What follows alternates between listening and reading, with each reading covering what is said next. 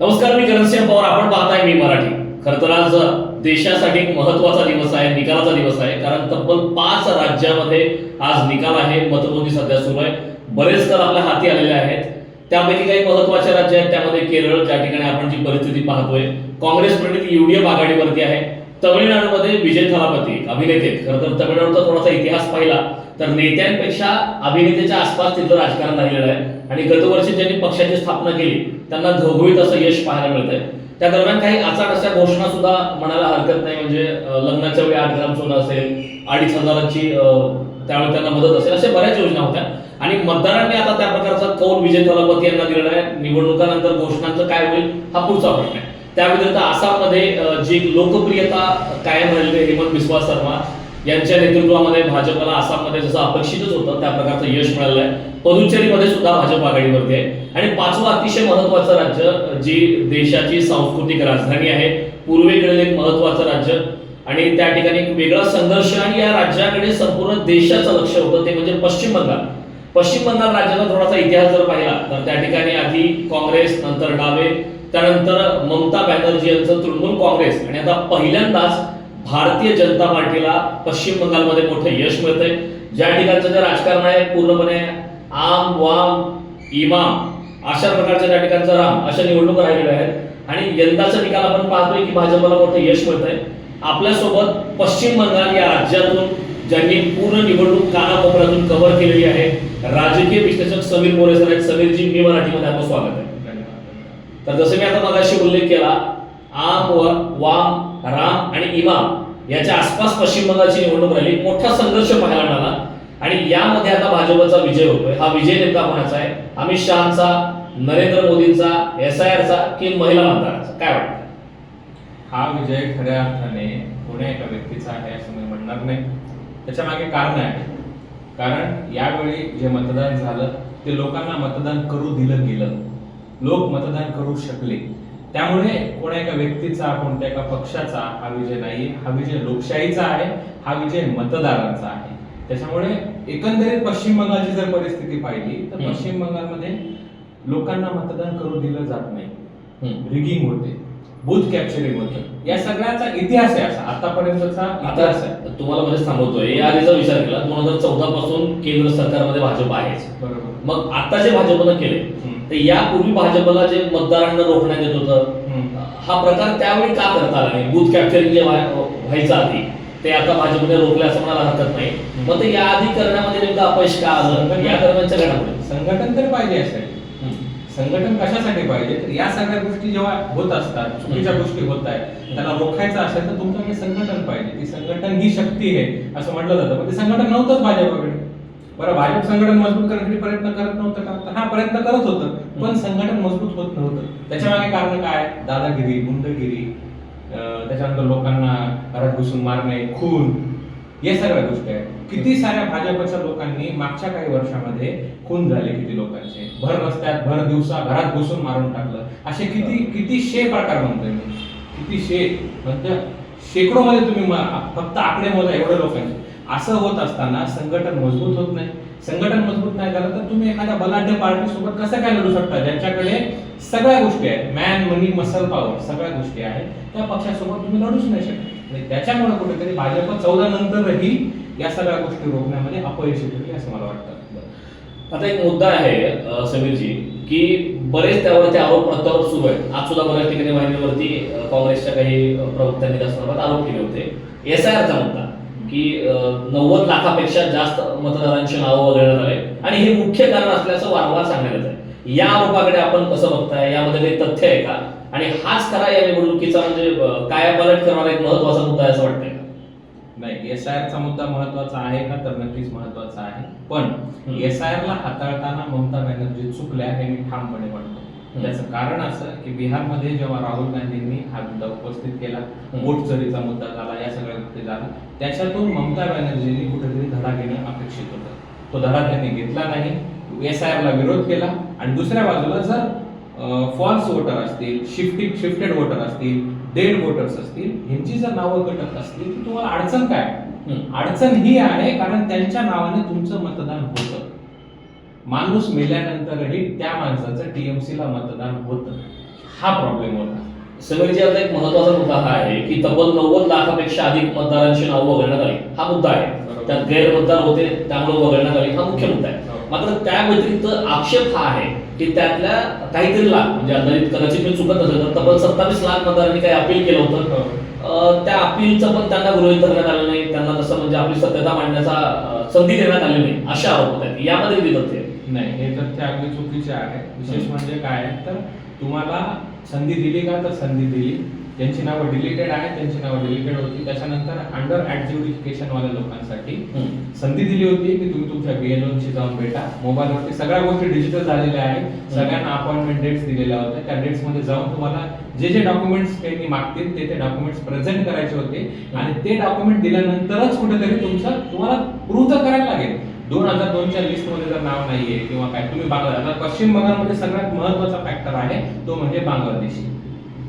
बांगलादेश मधून तुम्ही आलेला आहात, आता आलेला आहात तर कधी आलेला आहात, हा पण मेन फॅक्टर आहे. मग तुमचं आधार कार्ड, तुमचे डिटेल्स, तुमचे तिकडचे काही डॉक्युमेंट्स असतील तर ते, या सगळ्या गोष्टी. जर तुम्हाला एखाद्या गोष्टीचा प्रूफ मागितला जातो, जर तुम्ही तो प्रेझेंट नाही करू शकत आणि तुमचं नाव कटतंय, तर मला नाही वाटत हे कुठेतरी इलिगल आहे किंवा बेकायदेशीर आहे म्हणून. त्यामुळे या गोष्टीत काही तथ्य नाही. पराभवाची पळवाट असं म्हणायला हरकत नाही, कारण आता काहीतरी कारण हवंय असेही आरोप आता भाजपच्या माध्यमातून SIR वर 100% खापर फोडलं जाणार आहे. ममता दीदींचा पराभव झाल्यानंतर, अजून पराभव झाला नाही, पण यंदा पराभव झाल्यानंतर SIR वर खापर फोडलं जाणार आहे. मतदान प्रक्रियेवर खापर फोडलं जाणार आहे. सशस्त्र बलाची नियुक्ती केली. 480 कंपनीज पश्चिम बंगालमध्ये पहिल्यांदाच एवढ्या मोठ्या प्रमाणात सशस्त्र बल आलं. CAPF आली, CRPF आली, सगळ्या सेंट्रलच्या फोर्सेस आल्या. स्वतः अमित शहा आले, 15 दिवस राहिले. या सगळ्या गोष्टी झाल्यामुळे या सगळ्यांवरतीच खापर फोडलं जाणार आहे, कारण कुठे ना कुठे कोणाला तरी दोष द्यायचा आहे. तर दोष या सगळ्या गोष्टींना दिला जाणार आहे, यात काहीही दुमत नाही. तर मुद्दा महत्वाचा की मागचा जर थोडासा इतिहास पश्चिम बंगालचा पाहिला, एक महिला मुख्यमंत्री म्हणून तब्बल 15 वर्ष ममता बॅनर्जी या मुख्यमंत्री होत्या, त्या प्रकारचं काम झालेलं आहे. आणि जी एक लढत पाहायला मिळाली की भाजप पूर्ण ताकदीने, म्हणजे अख्खं मंत्रिमंडळ, बरेच मुख्यमंत्री सुद्धा त्या ठिकाणी होते आणि एक महिला लढत येते अशी चर्चा होती. आणि मागच्या निवडणुकीचा जर थोडा विचार केला तर अगदी व्हीलचेअरवर ममता बॅनर्जी प्रचार करत होत्या. त्यावेळी त्यांचं एक वाक्य होतं की घायल शेर ज्यादा खतरनाक होत आहे, असं त्यांनी वक्तव्य केलं होतं. आता सुद्धा एक महिलांची लढत आहे. महिला मुख्यमंत्री म्हणून महिला मतदारांचा प्रभाव नेमका कसा होता, कारण एक आर्जिकर हॉस्पिटल मधली जी घटना घडलेली होती, त्यानंतर संपूर्ण देशभरात संतापाची लाट होती आणि त्याचे परिणाम होते. त्या घटनेच्या नंतर महिला मतदार हे भाजपकडे झुकले, अशी सुद्धा चर्चा होती. यामध्ये तथ्य काय, ग्राउंडवरती नेमकी परिस्थिती काय होती? खऱ्या अर्थाने जेव्हा भाजपने आर्जीकरची जी विक्टिम होती तिच्या आईला उमेदवारी दिली, हा भाजपसाठी खूप प्लस पॉईंट ठरला. ठीक आहे, आता coming to the point, Mamata बॅनर्जीने एक स्टेटमेंट केलं काही महिन्यांपूर्वी की महिलांनी संध्याकाळी 8 का 7 नंतर बाहेर जायचं नाही, बाहेर फिरायचंच नाही. म्हणजे एकीकडे महिलांवर अत्याचार होत आहे, महिलांचं शोषण होत आहे, महिलांवर बलात्कार होत आहे आणि त्या राज्याची महिला मुख्यमंत्री भर मीडियाच्या समोर स्टेटमेंट देते की बाबा महिलांनी 7-8 नंतर फिरू नका, मी तुमच्यावर अत्याचार होणार नाही. हा खूप कॉन्ट्रोवर्शियल स्टेटमेंट आणि हा उपाय आहे का? सर्वात महत्वाचं म्हणजे एखादी घटना घडतीये, चोरी होतीये, एखाद्या तुमच्या घरामध्ये चोरी होते, तुम्ही कशाला घरात सोनं ठेवताय, तुम्ही कशाला पैसे कमावताय, मग चोरी होणारच नाही तुमच्याकडे. हे काही पर्याय नाही. एक जबाबदार संविधानिक पदावर तुम्ही बसलेला असताना हे असं स्टेटमेंट केलं आणि ते स्टेटमेंट पूर्णपणे उलटलं त्यांच्यावरती आणि याचं खूप मोठ्या प्रमाणात त्यांची छितू झाली असंच म्हणावं लागेल या स्टेटमेंटवर. आणि महिला मतदार खऱ्या अर्थानं महिला सेफ बंगालमध्ये सेफ फील करत नाही. रात्री बाहेर निघायचं म्हटलं तरी पण भीती वाटते. संध्याकाळी 7 नंतर अंधार पडल्यानंतर एखाद्या रस्त्याने जायचं म्हटलं तरी मुली घाबरतात. त्याच्यामुळे ही परिस्थिती फार कायदा आणि सुव्यवस्थेची खूप वाईट परिस्थिती बंगालमध्ये आहे. पोलिसांचा अजिबात गुन्हेगारांवरती वचक नाहीये आणि या सगळ्या गोष्टींमुळे आणि या सगळ्यांचा एक पूर्ण एकत्रित मिश्रण जर बघितलं तर सरकार फेल्युअर होतं आणि त्याच्यामुळेच लोकांनी यंदाची निवडणूक हातात घेतली. काय झालं की भाजपला निवडून आणायचे याच्यापेक्षा ममताला सत्तेमधून घालवायचे याकडे लोकांनी जास्त भर दिला. तुम्ही या गोष्टीतली खूप महत्वाची गोष्ट लक्षात घ्या की भाजपला आणायचे, ठीक आहे आणायचे, पण ममताला घालवायचे हा फॅक्टर लोकांच्या मनात बिंबवला गेला, लोकांच्या मनातून आला तो आणि म्हणून कुठेतरी भाजपची हे आकडे आपल्याला पाहायला मिळतात. आपला भारत देश खरं तर सर्वात मोठा लोकशाही असणारा देश आहे. प्रत्येक वेळी मतदान आपला अधिकार आहे, यासाठी वेगवेगळे अभियान, कार्यक्रम, उपक्रम राबवावे लागतात. अगदी मतदानाची टक्केवारी नेहमी पाहतो सर्रास 50-60%, 65%, 70% मतदान झालं तर खूप होत अशी चर्चा असते. आणि यंदाच्या या पश्चिम बंगालच्या निवडणुकीमध्ये विक्रमी मतदान झालं. तब्बल 91 ते 92% काहीतरी तितकं मतदान झालं. इतक्या मोठ्या प्रमाणात विक्रमी मतदान झालं हे नेमकं बदला घेण्यासाठी का बदलाव घडून आणण्यासाठी आणि पश्चिम बंगालच्या इतिहासात या मतदानाच्या टक्केवारीचं उदाहरण सांगत असताना काय म्हणून याचा अर्थ नेमका काय घेतलाय आणि याची नेमकी मुख्य कारण काय? तुमच्या या मुद्द्याकडे मी येतो. त्यापूर्वी एक मुद्दा मिस झाला माझ्याकडून. या महिलांच्या बद्दल तुम्ही जो बोललात ते महिलांसाठी एक लक्ष्मी भंडार नावाची, लक्ष्मी भंडार नावाची योजना आणली होती ममता दीदींनी. त्यामध्ये प्रत्येक महिलेला 25 वर्षाच्या पुढच्या महिलेला 1000 रुपये मानधन मिळायचे दर महिन्यात. जशी आपल्याकडे लाडकी बहीण योजना आहे तशा पद्धतीचा. यापूर्वी ती योजना गेम चेंजर ठरली होती ममता दीदींसाठी. पण यंदा महिलांची ती योजना, महिलांनी पैसे घेतले यावेळी, पण मतदान पैसे हम लेंगे लेकिन मतदान मोदी को देंगे अशा पद्धतीची जी भावना आहे ती महिलांमध्ये निर्माण झाली. आणि ग्रामीण भागातला जो मतदार आहे सर्वार्थाने म्हणजे जो अशिक्षित वर्ग म्हणावा लागला आपल्याला, कारण तिथल्या महिलांनी जास्त करून या गोष्टी मनावर घेतल्या. आणि यावेळी ममता दीदीकडून पैसे घ्यायचे पण मतदान मोदीला द्यायचं या दृष्टीने विचार केला. आणि त्यामुळे महिलांचं जे मतदान आहे ते भाजपच्या बाजूने यावेळी वळण्याचं आपल्याला पाहायला मिळालं. Coming to your next point की विक्रमी मतदान कसं झालं, एवढं विक्रमी मतदान कसं काय झालं, त्याच्यामध्ये 2-3 फॅक्टर आहेत. एसआयआरचा जो मुद्दा आहे, एसआयआर प्रोसेस झाली. एसआयआर प्रोसेस झाल्यानंतर लोकांना हिअरिंगसाठी बोलवलं गेलं. लोक हिअरिंग मध्ये गेली. आता बऱ्याचशा लोकांची नावं अंडर ऍडज्युडिकेशन होती, त्यांची नावं परत लिस्टमध्ये आली, फायनल लिस्टमध्ये. आता सगळं झालं. त्याच्यानंतर लोकांच्या मनात एक गमतीशीर भाग आहे. लोकांच्या मनात असं आलं, शिक्षित लोकांचे सुद्धा, म्हणजे मी बऱ्याचशा आयटी प्रोफेशनल सोबत पण चर्चा केली, त्यांच्या पण मनात ही गोष्ट, एसआयआर नंतर आता वोटर लिस्ट आलेली आहे आणि पहिलंच वोटिंग आहे, आता वोटिंग केलं पाहिजे. हे वोटिंग नाही, खूप महत्वाचं वोटिंग आहे. हे मतदानाचा टक्का का वाढला, त्याच्या मागचं मेन कारण हे की लोकांच्या मनात भीती होती किंवा लोकांच्या मनात गोष्ट अशी चालली होती की एसआयआर झालेलं आहे, आता माझं नाव आलंय आणि जर आता मी मतदान नाही केलं तर काहीतरी खूप मोठं नुकसान होईल माझं पुढच्या वेळी किंवा मला नंतर मतदानच नाही करायला मिळणार. म्हणजे 2002 मध्ये जसं लिस्टचं आपल्याला विचारत होते, मग तेव्हा जर मला नंतर पुढच्या वेळेस विचारलं की तुम्ही 2026 ला मतदान केलंय का, तर मी तर म्हणणार मी तर नाही केलं, म्हणून आता मला काहीही करून मिळेल ती गाडी, मिळेल ती ट्रेन, मिळेल ती फ्लाईट पकडून मला जायचंय, मला मतदान करायचंय. आणि प्रत्येक माणूस देशाच्या कोणत्याही कानाकोपऱ्यात असो, त्या कानाकोपऱ्यातून तो पश्चिम बंगाल त्याने आपलं गाव गाठलं आणि तिथे जाऊन त्यांनी मतदान केलं, म्हणून हा विक्रमी आकडा आपल्याला या ठिकाणी पाहायला मिळतो. आता एक मुद्दा आहे की संपूर्ण देशभरात आपण पाहतो मागच्या अनेक वर्षांपासून भाजप सत्तेमध्ये 2014 पासून बऱ्याच राज्यामध्ये एखादी भाजपची सत्ता आहे. मात्र विचार केला एक दशकापूर्वीचा पश्चिम बंगालमध्ये भाजपची अवस्था काय होती आपण पाहिलं. 16च्या निवडणुकीमध्ये 3 जागा होत्या, तत्पूर्वी तर खातं उघडलं होतं आणि दिल्लीपासून म्हणजे सगळ्याच ठिकाणी संपूर्ण देशामध्ये सत्ता असतानाही भाजपला पश्चिम बंगालमध्ये मात्र यश मिळालं. एक मुद्दा महत्वाचा की जनसंघाचे संस्थापक जे राहिले श्यामप्रसाद मुखर्जी, विचार केला तर पश्चिम बंगालमध्ये भाजप आधीच सत्तेमध्ये यायला पाहिजे होती, ती इतका उशीर का झाला, भाजपला या ठिकाणी सत्ता मिळवण्यासाठी एवढा वेळ नेमका का लागला? एवढा वेळ लागण्यामागचं सगळ्यात मोठं कारण म्हणजे भाजपने कुठेतरी बाहेरून पाठिंबा दिला ममता दीदीला. त्यांचं ममता दीदी सोबत चांगलं होतं असं म्हणावं लागेल. 2018 आता बिनसलं असंच म्हणावं लागेल, कारण तेव्हा संघटन पण नव्हतं ना. कसं असतं, जेव्हा माझ्याकडे काही नाहीये तेव्हा मला सगळ्यांना बरोबर घेऊन चालायचं. जेव्हा मी सर्वार्थाने श्रेष्ठ आहे, मी सगळ्या गोष्टी, तेव्हा मला गरज नाही पडायची. हाच नियम राजकारणातही लागू होतो. 2011ला भाजपचं संघटन नव्हतं, ही वस्तुस्थिती होती. भाजपचा कोणत्याही अर्थाने काहीही संबंध तिथे बंगालमध्ये नव्हता. थोडंफार संघटन होतं, त्याच्यामध्ये त्यांना असं माहिती होतं की आपण काही सत्तेत येऊ शकत नाही, त्यामुळे कुठेतरी बाहेरून पाठिंबा. आणि विशेष त्यांच्या जुन्या सहकारी राहिलेले आहेत. त्या अटल बिहारीच्या सरकारमध्ये रेल्वे मंत्री होत्या ममता बॅनर्जी, त्याच्यामुळे त्यांचं तो एक कनेक्शन होतच त्यांच्या बरोबर. त्याच्यामुळे या सगळ्या गोष्टी नाकारत चालत नाही. पण दुसऱ्या बाजूला जेव्हा ममता दीदी आपल्या आवाक्याच्या बाहेर जात आहे, हे भाजपच्या लक्षात आलं. कुठेतरी वेगळी देशाचं नेतृत्व राष्ट्रीय राजकारणात असं काही सुरू होतं का? असू शकतं, हे पण असू शकतं त्याचं एक कारण की आपल्याला कुठेतरी वरचढ ठरते आणि एक बाई आहे, सगळ्यात महत्वाचं लेडी आहे आणि देशाचं. आणि कसं असतं की महिलांचं पाळणं कायम जड असतं, राजकारण असो नाही तर काही असो. या महिलांचं पाळणं जेव्हा जड होत असतं तेव्हा ते खूप धोक्याचं असतं, कारण त्यांना रोखणं खूप अवघड असतं सगळ्याच बाबतीमध्ये. त्याच्यामुळे कुठेतरी भाजपने आपण आपलं संघटन सगळ्या जर देशामध्ये मजबूत करू शकतो तर आपण पश्चिम बंगालमध्ये का नाही करू शकत? श्यामाप्रसाद मुखर्जींच्या पश्चिम बंगालमध्ये हे खरं तर खूप आधी विचार डोक्यात यायला हवा. 2014ला जेव्हा भाजप सत्तेत आली तेव्हा भाजपच्या सगळ्यात पहिल्यांदा डोक्यात पश्चिम बंगालच पाहिजे होतं किंवा त्यापूर्वी पण पाहिजे होतं, पण कदाचित ते नव्हतं. पक्षश्रेष्ठीने तेव्हा काय विचार केला असेल नसेल माहिती नाही, किंवा त्यांच्या डोक्यात कदाचित तेव्हा ह्या गोष्टी नसतील बाहेरच्या सगळ्या गोष्टी मॅनेज करण्यामध्ये. पण खऱ्या अर्थाने श्यामाप्रसाद मुखर्जी, तुम्ही खूप महत्वाचा मुद्दा उपस्थित केला की श्यामाप्रसाद मुखर्जींनी ज्याची पाळंमुळं रोवली गेली, भाजपची पाळंमुळं ज्यांनी रोवली, ज्यांनी सगळा संघर्ष केला, पक्ष मोठा करण्यासाठी प्रयत्न केला छोट्यातून, त्यांच्या पश्चिम बंगालमध्ये तुम्ही सगळ्यात आधी सत्तेत येणं अपेक्षित होतं. त्यासाठी तुम्हाला 15 वर्ष लागली, तुम्हाला सुद्धा 10-12 वर्ष लागली.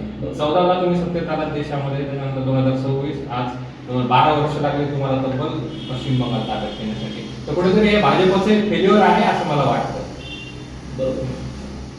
दक्षिण बंगालमध्ये तृणमूल काँग्रेसचा खरं तर बालेकिल्ला होता, त्या ठिकाणी भाजपने मोठ्या प्रमाणात खिंडार पाडली. या यशाची नेमकी काय कारणं असू शकतात?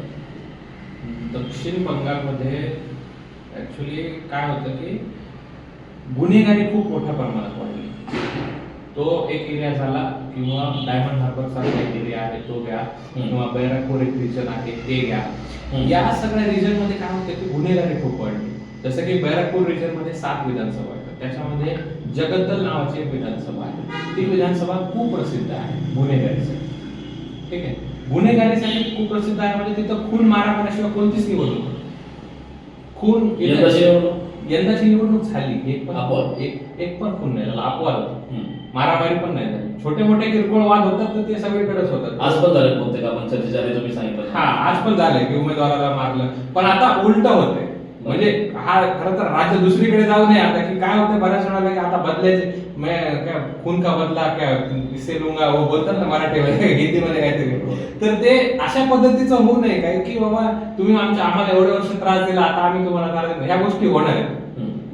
एवढी वर्ष ज्या भाजपच्या कार्यकर्त्यांनी, ज्या भाजपच्या नेत्यांनी, पदाधिकाऱ्यांनी ज्या गोष्टी सोसल्या, खोट्या केसेस असतील, खोटे गुन्हे असतील, तुरुंगात जावं लागलं असेल, या सगळ्या गोष्टी सोसलेल्या असताना हे लोक आता बदलाचे वारे व्हावं लागल्यानंतर स्वतः बदला घेण्यासाठी पुढे येतील, यात काही शंका नाही.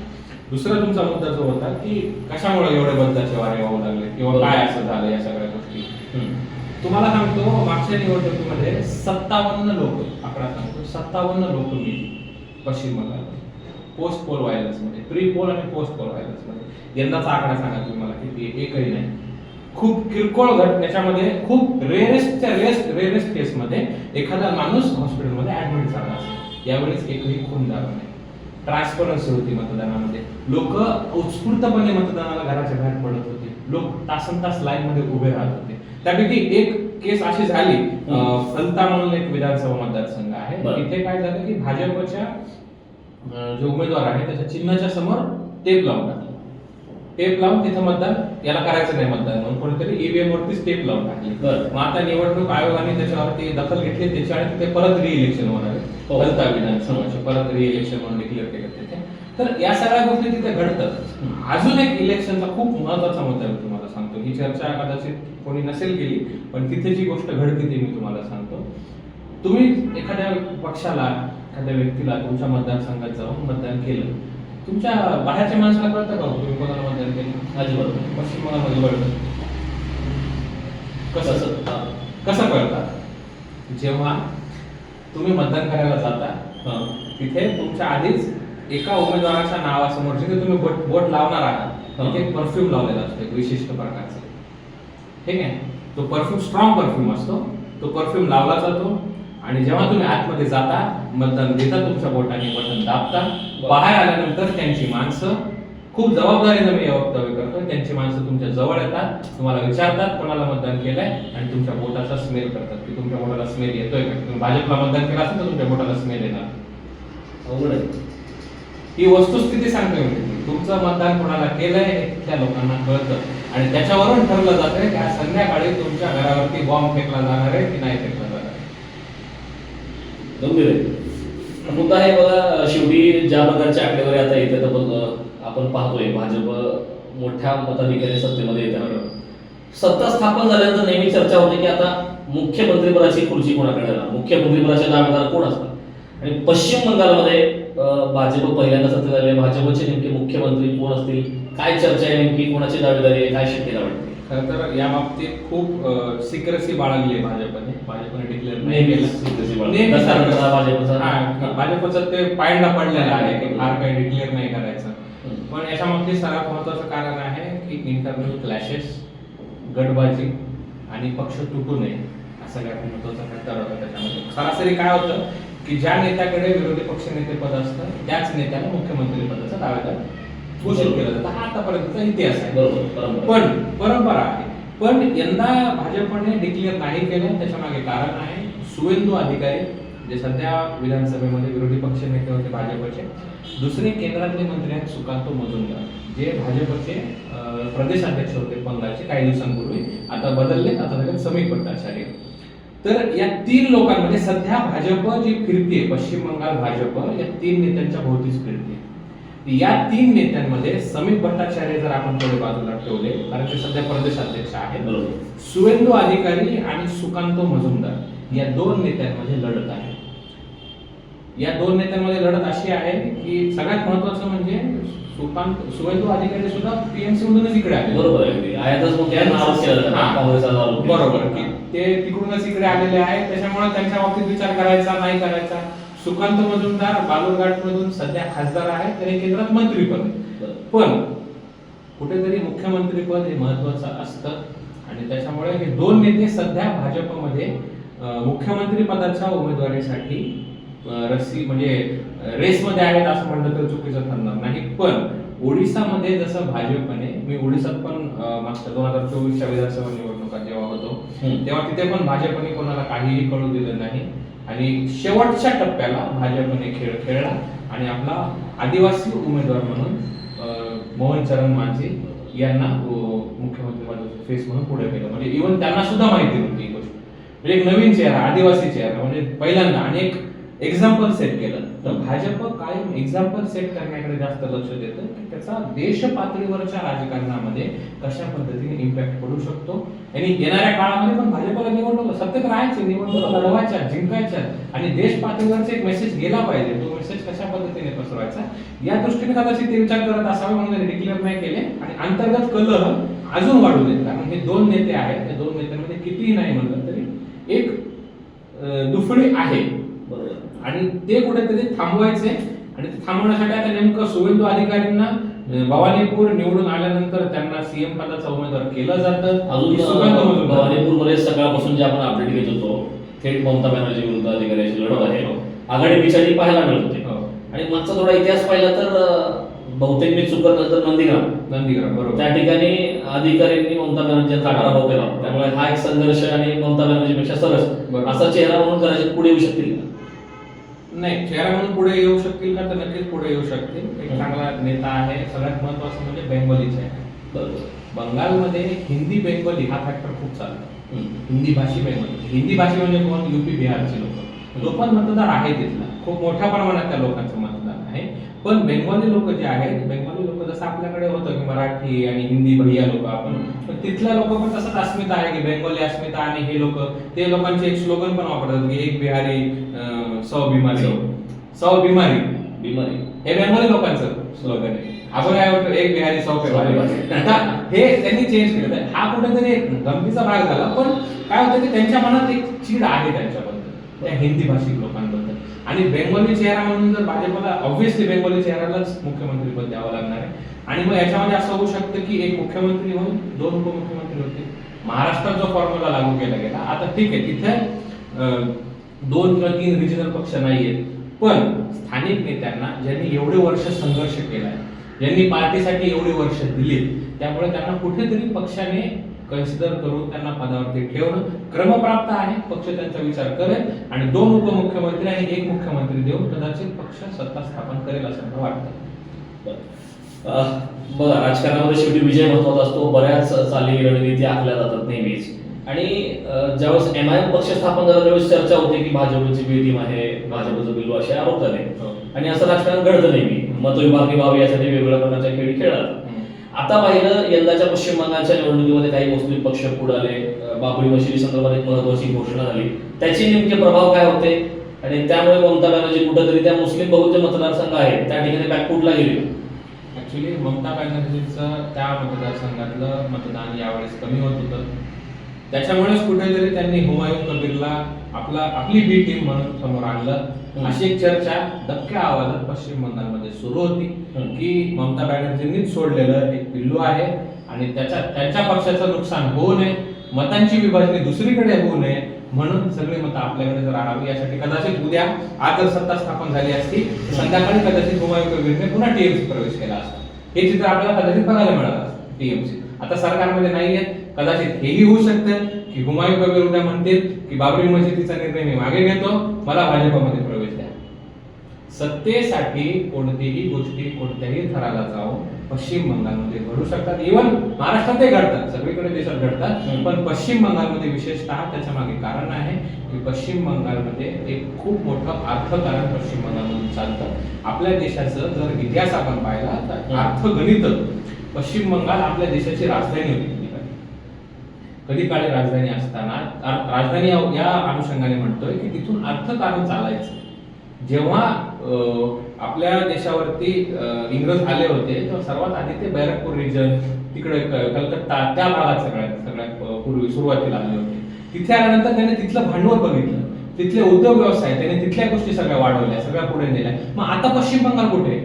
आता पश्चिम बंगाल मागे का गेलं आणि बाकीचे राज्य का पुढे जात आहेत? त्याच्या मागे कारण आहे की सरकारची असलेली अनास्था, निष्क्रियता आणि सरकारची मनस्थिती नाहीये काम करण्याची कोणत्याही गोष्टी. फक्त मिल बांट के खाओ आणि जनता को छोड़ दो, बस अशा पद्धतीची नीती चाललेली आहे. 34 वर्ष सीपीएम सत्तेत होतं, 15 वर्ष ममता दिदी सत्तेत होत्या. या सगळ्या गोष्टींचा जर आपण ओव्हरऑल अनालिसिस जर केला तर जनतेला काय मिळालं? काहीच नाही. जो राज्याचा आलेख आहे तो कायम असा वरती गेलेला पाहिजे. जर तुमच्या राज्याचा आलेख असा खाली येतो तर कुठेतरी तुम्ही चुकताय. आणि हे चुकत असताना जर तुम्ही त्याच्यावर काम करत नसाल तर हे तुमची निष्क्रियता आहे आणि ते दिसतंय लोकांना. आणि यंदा तेच झालं, लोकांनी बघून कंटाळले. लोक 34 वर्ष सीपीएम ला कंटाळले होते म्हणून त्यांनी दिदीला निवडून दिलं की बाबा आम्हाला काहीतरी चेंज पाहिजे म्हणून त्यावेळी दिदीला निवडून दिलं. आणि निवडून दिल्यानंतर दिदीने काय केलं? सीपीएमची 30 गुंड आपल्या बाजूने घेतली. म्हणजे काय झालं? रिश्ता वही सोच नाही. गुंड नेहमी सत्तेकडे असताना तुम्हाला हरकत नाही, असतात सत्तेत, त्याच्याबद्दल काही दुमत नाही. महाराष्ट्र असो, कर्नाटक असो, कोणताही देशाचं राज्य आहे का गुंड सत्तेकडे असतात का? हो, असतात.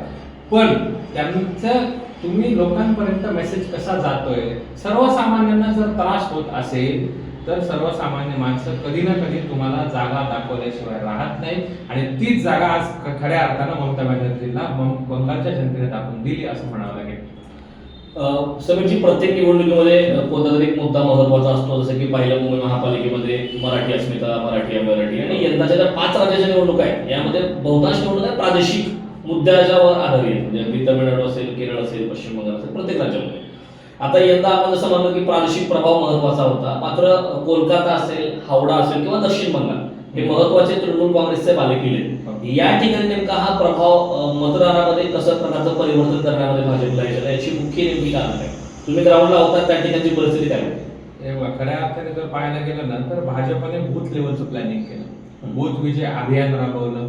भाजपने जे आपले समजा एक्झाम्पल सांगतो, एक विधानसभा मतदारसंघ आहे त्याच्यामध्ये 238 बूथ येतात.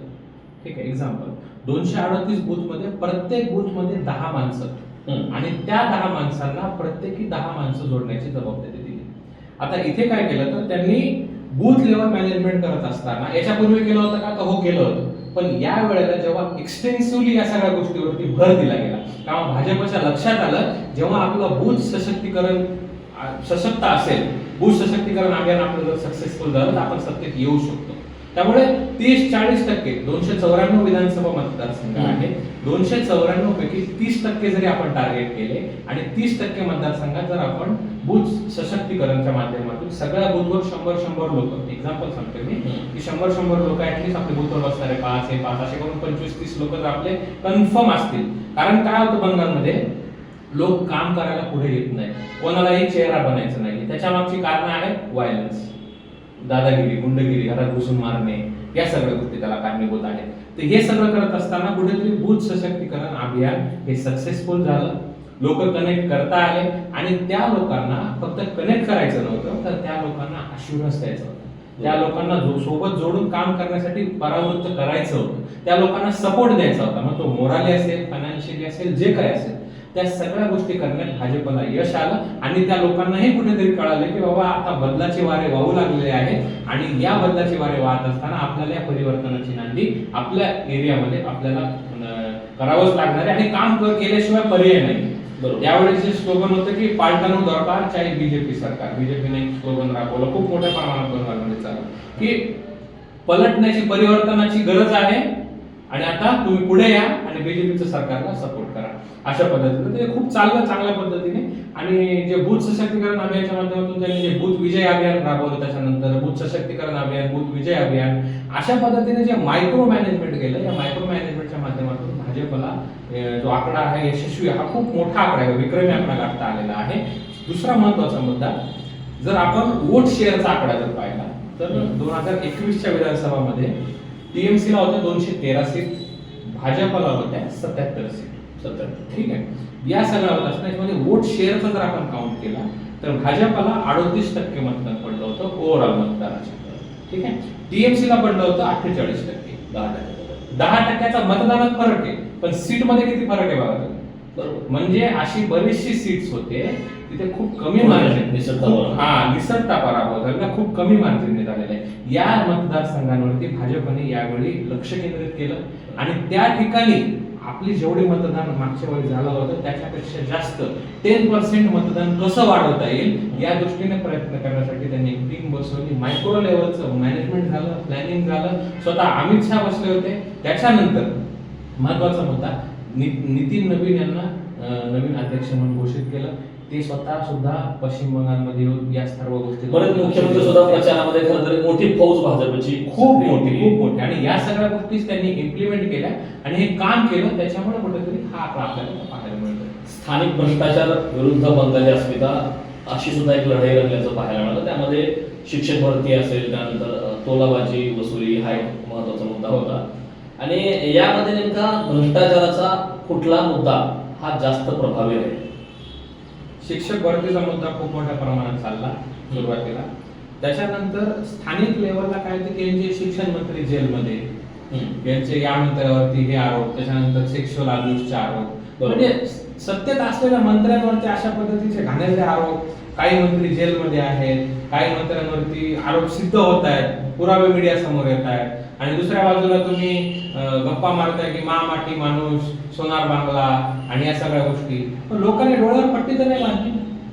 लोक सगळ्या गोष्टी बघतायत ना, लोकांना सगळ्या गोष्टी दिसत आहेत. मग दुसऱ्या बाजूला त्यांनी काय योजना आणायच्या, लक्ष्मी भट्टाच्या माध्यमातून आम्ही 500 रुपये वाढवून देऊ. लोकांना पैसे, लोकांना भाता नाही पाहिजे. बंगाली भाषेमध्ये भाता म्हणतात. भाता म्हणजे की पैसे देणे या गोष्टीसाठी. तर लोकांचं स्पष्ट मत होतं, भाता नॉय चाकरी चाय, पैसे नको तर आम्हाला नोकरी द्या, काम द्या आमच्या हाताला. आणि त्याच माध्यमातून कुठेतरी यंदाची लोकांनी निवडणूक ते हातात घेतली आणि लोकांनीच भाजपला निवडून आणलेलं आहे. तुम्ही आता लक्ष्मी भांडार योजनेचा उल्लेख केला. युवा साथी योजना ही योजनेची सुद्धा खूप चर्चा होती, त्याचा नेमका किती प्रभाव राहिला?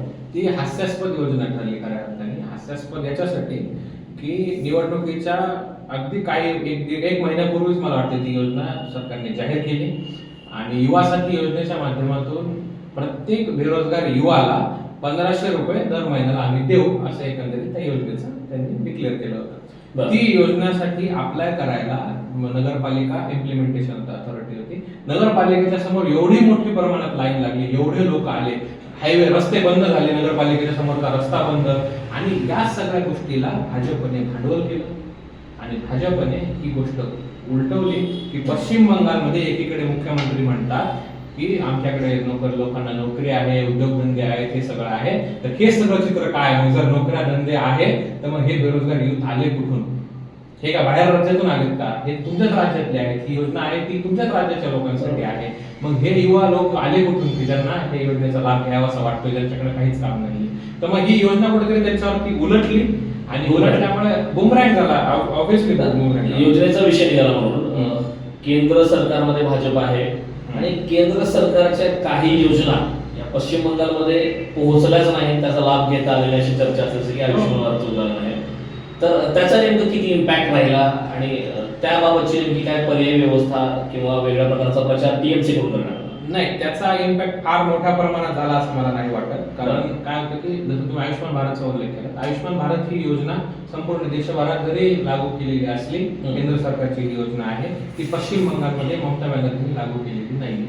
दुसरा महत्वाचा मुद्दा पीएम आवास योजना जी आहे, पीएम आवास योजनेमध्ये देखील सरकार काहीतरी थोडेफार पैसे देतं आणि ती योजना कशी आमची आहे हे दाखवण्याचा अट्टहास असतो सरकारचा.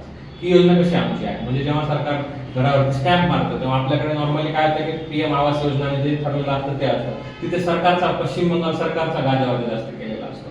तर अशा पद्धतीने कसं असतं की केंद्र सरकारच्या योजना आपल्या नावाने कशा लोकांवर थोपवायच्या आणि लोकांना कसं दाखवायचं की उज्ज्वला योजना आम्ही आहे. म्हणजे लोकांशी जेव्हा मी चर्चा करत होतो, महिलांशी बोलत होतो, तेव्हा महिलांना असं सांगितलं गेलं होतं की उज्ज्वला योजना ही ममता बॅनर्जीची योजना आहे. म्हणजे जे तुम्हाला घरात गॅस मिळतो तो ममता बॅनर्जींमुळे गॅस मिळतोय. म्हणजे अशा पद्धतीचं जे काय म्हणतात त्याला चुकीचा अपप्रचार म्हणता येईल, चुकीच्या गोष्टी जशा लोकांपर्यंत पोहोचवल्या गेल्या होत्या, पण त्या फार काळ काही टिकल्या नाही. लोकांना कळलं शेवटी की या सगळ्या ज्या योजना आहेत त्या केंद्र सरकारने, डिजिटल युग आहे, लोकांना आपण जरी अशिक्षित समजत असलो तरी प्रत्येक माणूस मोबाईल वापरतो, प्रत्येक माणूस युट्यूब बघतो, प्रत्येक माणूस सोशल मीडियावरती ऍक्टिव्ह आहे. मग ती घरातली महिला असो किंवा घरातला कोणी करता पुरुष असो, प्रत्येक जण सगळ्या गोष्टी बघतोय. आणि यावेळी तेच झालं, लोकांनी ठरवलं होतं की बाबा आपण पैसे घ्यायचे का, तर 100% दाबून पैसे घ्यायचे, पण मतदान हे आपल्या मनानेच करायचं, त्या गोष्टी ठरवलेल्या होत्या. तुम्ही असा मगाशी उल्लेख केला की भाजपने खूप मोठ्या प्रमाणात या ठिकाणी पश्चिम बंगालमध्ये मायक्रो प्लॅनिंग केली, बूथ निहाय वेगळी यंत्रणा राबवण्यात आली होती. यंत्रणा हा खूप महत्वाचा विषय आहे आजच्या राजकारणामध्ये, त्याशिवाय राजकारण होत नाही, निवडणुका जिंकू शकत नाही. मुद्दा हा आहे की याआधी पश्चिम बंगालच्या ज्या निवडणुका आहेत त्या तब्बल 6 टप्प्यामध्ये व्हायच्या, यंदाच्या निवडणुका 2 टप्प्यात झाल्या. यामुळे नेमका ममता दिदींना काय फटका बसला, तितकी यंत्रणा त्यांना आत्ता आली नाही का, आणि त्याला मोठ्या प्रमाणात त्याचा फायदा भाजपला झाला का? 100% झाला. कारण कसा झाला सांगतो मी, फटका कसा बसला ममता, हा पण स्ट्रॅटेजीचा भाग होता. 100% स्ट्रॅटेजीचा भाग होता. कसा होता, तुम्हाला वेळच नाही मिळाला ना. 6 फेजेस मध्ये जेव्हा मतदान होतं तेव्हा पहिल्या 2 फेज मध्ये जेव्हा मतदान होतं, तीच लोक शेवटच्या 3-4 फेज मध्ये येतात. मॅन पॉवर जे असते ना ती इलेक्शन मध्ये जेव्हा तुम्ही प्लॅनिंग करता तेव्हा डिवाइड होते. पहिल्या 1-2 ची याच्याने काय होतं की तुम्हाला लोकांवरती प्रेशराईज करणं सोपं होऊन जातं. कर्वेनगर मध्ये मतदान होऊन गेला असेल तर त्याला पिंपरी चिंचवड मध्ये घेऊन जाणं सोपं असतं, पण पिंपरी चिंचवड आणि कर्वेनगरचं एकदाच मतदान असेल तर त्याला मॅनिप्युलेट करणं खूप अवघड होतं. म्हणजे एक्झाम्पल देऊन सांगितलं बरोबर. त्याच्यामुळे जी 6 टप्प्याची जी मतदान होतं ते जर 2 टप्प्यामध्ये आलं म्हणजे तुमची मॅन पॉवर तुम्ही डिवाइडच नाही करू शकत. आणि 480 कंपनी झाल्या, किती मोठा भाव झाला की 480 कंपनी झाल्या, सीएपीएफ आली, सीआरपीएफ आली, हे लोकांना घरात बसून मारणार. आता ममता दिदींनी संविधानिक पदावरती आहे, त्यांनी सीआरपीएफला गुंड म्हणून संबोधित केलं. आता 2 दिवसापूर्वीची गोष्ट आहे की सीआरपीएफचे गुंड म्हणून. आता सीआरपीएफचे जवान जर गुंड आहेत तर मला सांगा मग देशभक्त कोण आहे? ते टीएमसीचे लोक, जे लोकांना घरात बसून मारतायत, जे भर दिवसात लूटमार करतायत, जे लोकांच्या घरात बॉम्ब फेकतायत, ही लोक देशभक्त म्हणायचे का? मग हा प्रश्न उपस्थित होतो या माध्यमातून माझ्यासारख्या सर्वसामान्य माणसाला. पश्चिम बंगालच्या माणसांना हाच प्रश्न पडला शेवटी तिथे की मग देशभक्त आहे कोण? जर सीआरपीएफ सीएपीएफ चे सेंट्रल फोर्सेसचे लोक जर गुंड असतील तर. मतविभाजन आणि अल्पसंख्याक मतांचा खूप प्रभाव होता. अधीर रंजन चौधरी यांच्या नेतृत्वाखालचं काँग्रेस असेल किंवा डाव्यांची जी मोठ्या प्रमाणात घसरण झाली, त्याचा फायदा भाजपला झाला की ती मतं जी आहेत ती तृणमूलकडेच कायम राहिली, त्यामध्ये ममता बॅनर्जी यांना यश आलं, याचं नेमकं काय काय? नाही, त्याचा फारसा काही इम्पॅक्ट या वर्षी निवडणुकीत पडला असं मला वाटत नाही. पण सीपीएमची जी मतं होती ती सीपीआयएमच्या मतं नक्कीच यावेळी डिवाइड झाली, कारण ते स्विंग वोटर्स होते. सीपीआयएमचे बहुतांश वोटर जे आहेत ते इंटेलेक्च्युअल लोक आहेत. सीपीएमचा एक वोटर काउंट फिक्स्ड आहे की आम्हाला सीपीआयएमलाच मतदान करायचं, बस आमचं ठरलेलं आहे आणि आम्हाला मतदान सीपीआयएमला द्यायचे. पण यंदा तो वोटर आहे तो स्विंग वोटर होता आणि तो स्विंग वोटर यंदा भाजपच्या बाजूने झुकला. मी सीपीआयएम मॅनेज झाली असं म्हणणार नाही, हे म्हणणं चुकीचं ठरेल. पण खऱ्या अर्थानं पाहायला गेलं तर सीपीएमची खूप मोठ्या प्रमाणात मतं ही भाजपच्या बाजूने झुकली, कारण त्यांना माहिती होतं की आपलं मतदान वाया जाणार आहे. त्यामुळे ती लोक झुकल्यामुळं भाजपला एक मोठ्या प्रमाणात यश त्यांच्या माध्यमातून मिळालं असं म्हणावं लागेल. अगदी खरं तर पश्चिम बंगालचं आजचं जे स्वरूप आहे आपण पाहतोय, निकालाच्या आधी पण आपण चर्चा केली होती. बऱ्याच लोकांची मतं होती, माझं सुद्धा मत होतं की निसटणार या ठिकाणी विजय होईल. मात्र आजचे जे निकाल आहेत ते अगदी वेगळे आले आहेत. बऱ्याच एक्झिट सुद्धा भाजपला घवघवीत यश मिळेल असं चित्र होतं आणि आज ते चित्र आपण पाहतोय. मुख्यमंत्री कोण होणार यानंतर खरं तर आता समीकरण आज संध्याकाळपासून वेगळ्या प्रकारचे पाहायला मिळतील, त्या प्रकारचा आपण अंदाज व्यक्त केला. या व्यतिरिक्त महत्वाचे जे इतर 4 राज्य आहेत त्या ठिकाणी सुद्धा मतमोजणी सुरू आहे. आसाममध्ये आपण उल्लेख केला, हेमंत बिस्वा शर्मा यांचा एक चेहरा पुन्हा एकदा यशस्वी होताना पाहायला मिळतोय. याची नेमकी काय कारण आहेत? कारण ज्या प्रकारचा अंदाज आणि सर्वात सोपी जो अंदाज व्यक्त करू शकत होता तो म्हणजे आसाम, या ठिकाणी पुन्हा एकदा भाजपला यश मिळालं. याची नेमकी काय कारण? सर्वात महत्वाचं कारण हिंदुत्वाचा मुद्दा, सर्वात महत्वाचं कारण. त्याच्यानंतर लोकांमध्ये असलेली क्रेज, लोकांमध्ये असलेला कनेक्ट. म्हणजे कधी कधी काय होतं की छोटीशी गोष्ट असते पण ती गोष्ट तुम्हाला कुठेतरी हिट करून जाते. एक्झाम्पल सांगतो, असंच हेमंत बिस्वा शर्मा, त्यांना मामा मामा लोक बोलतात बरोबर. तर ते चालले होते, कोणीतरी एका मुलीने कोका कोलाची कॅन घेतली, ती कॅन अशी फेकली, त्याने अशी कॅच केली, लगेच फोडून पिली.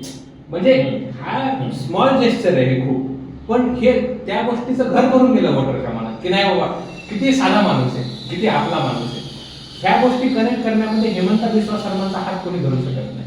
काय होतं की नेते आले की एवढे मोठे त्यांच्या बाजूने सिक्युरिटी, ताफा, नेते, कार्यकर्ते, ते सगळं हे सगळं बाजूला सारून आपलं वलय आपल्या लोकांबरोबर, आपले लोक म्हणजे कोण, आपले मतदार यांच्यापर्यंत कसं घेऊन जायचं आणि त्यांच्यापर्यंत आपण कसं जाऊ शकतो. छोट्यातल्या छोट्या माणसाबरोबर ते वैयक्तिक जाऊन भेटतात, बोलतात, कनेक्ट होतात. सगळ्यात महत्त्वाचं आजच्या तारखेत काय होतं की आपल्याकडे ऍक्सेसिबिलिटीच नाही. कोणी नेता असो, आपल्याला 10 कार्यकर्ते, 5 नेते आणि अजून 2-4 पीए एवढ्या सगळ्यांचा लवाजमा घेऊन वशिला लावून मग त्या मंत्री, नेता, आमदाराची भेट घ्यायला. मग हे सगळं जर परिस्थिती तिथं मुख्यमंत्र्यांना भेटायला तुम्ही डायरेक्ट जाऊन भेटू शकता. मग हा ऍक्सेसिबिलिटीचा जो मुद्दा आहे तो मुद्दा तिथे खूप चांगल्या पद्धतीने ठरला आणि इझिली ऍक्सेसिबल मुख्यमंत्री, हिंदुत्ववादी चेहरा, एकदम रोकटोक बोलणारं व्यक्तिमत्व. आणि खरं तर हेमंत बिस्वा शर्मांचं अभिनंदनच केलं पाहिजे भाजपच्या लोकांनी की पश्चिम बंगालमध्ये पण त्यांनी डायरेक्ट चॅलेंज केलं होतं सीएम यांना, ममता बॅनर्जींना. दुसरा महत्वाचा मुद्दा आहे की 2011ला पश्चिम बंगालबद्दल जर बोलायचं तर मा माटी माणूस इथून सुरू झालेला प्रवास ममता बॅनर्जीचा मांस मच्छी तुम्हाला भाजप आल्यानंतर खाता येणार नाही इथपर्यंत येऊन पोहोचतो. म्हणजे हे राजकारण किती गलिच्छ झालंय, किती खालच्या थराला गेले की आपण विकासाच्या गप्पा सोडून, आपण काम करण्याच्या गप्पा सोडून आपण म्हणणार की तुम्हाला भाजप सत्तेत आल्यावर तुम्हाला मांस मच्छी मटण खाता येणार नाही. एवढे घाणेरड्या पद्धतीच्या राजकारणात आपण जगतोय का? आपण एवढ्या खराब राजकारणात आपण राज्यात राहतोय का? अशा पद्धतीचं खूप लोकांच्या मनात झाले. आणि दुसरी महत्वाची गोष्ट की बुद्धदेव भट्टाचार्य ममता दीदींच्या पूर्वी सीपीआयएमचे मुख्यमंत्री होते.